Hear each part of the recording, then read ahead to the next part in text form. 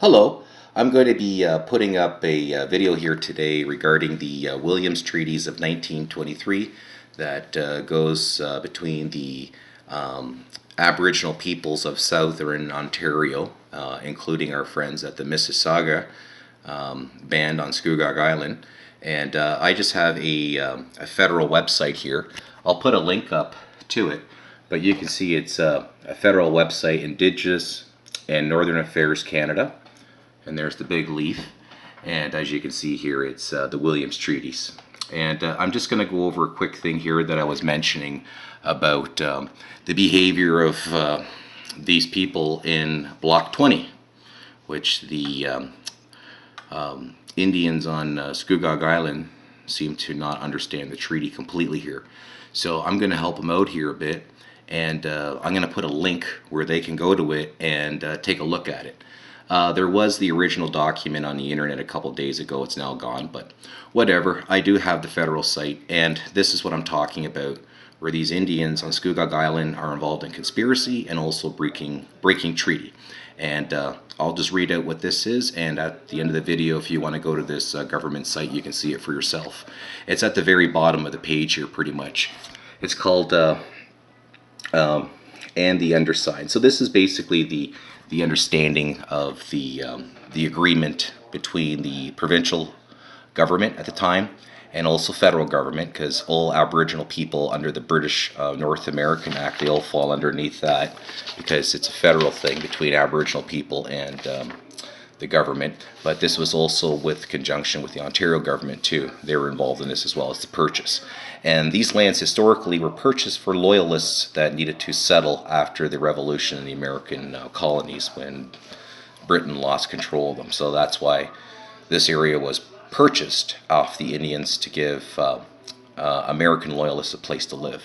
So anyways, I'm just going to read out what it says here, and if you want, you can go take a look on the site. So I'll just read it here. I'm just going to put the camera up here and just read it here. It's basically this little paragraph here. It starts at, "And the undersigned, chiefs and headmen, and their own behalf, and on behalf of all the Indians who they represent, do hereby solely convent, promise, and agree to strictly observe this treaty in all respects, and they will not, nor will any of them, nor will any of the Indians who they represent, molest or interfere with the person or property of anyone who now inhabits or shall hereafter inhabit any portion of the lands covered by this treaty, or interfere, trouble, or molest any person passing or traveling through the said lands of any part thereof, and that they will assist the officers of His Majesty in bringing it to justice and punishment any Indian party to this treaty who may hereafter offend against the stipulations hereof, infringe the laws and force of the lands covered hereby." So, basic English, they're not supposed to be up here on Trail's End.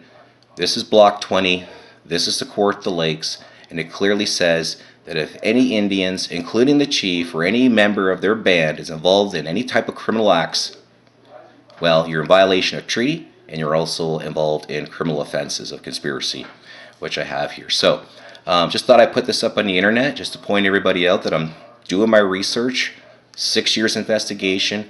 This is about illegal sewage systems, environmental hazards. We got City Council, the Ontario government, federal government, Aboriginal people, and also organized crime after me. Wow. Talk about doing your homework, talking about loving your community and your country, and saying no to the police state and people that think they're above the law. So, I'm putting this up on the internet. I've done my homework. That's the Williams Treaty summary from the federal government.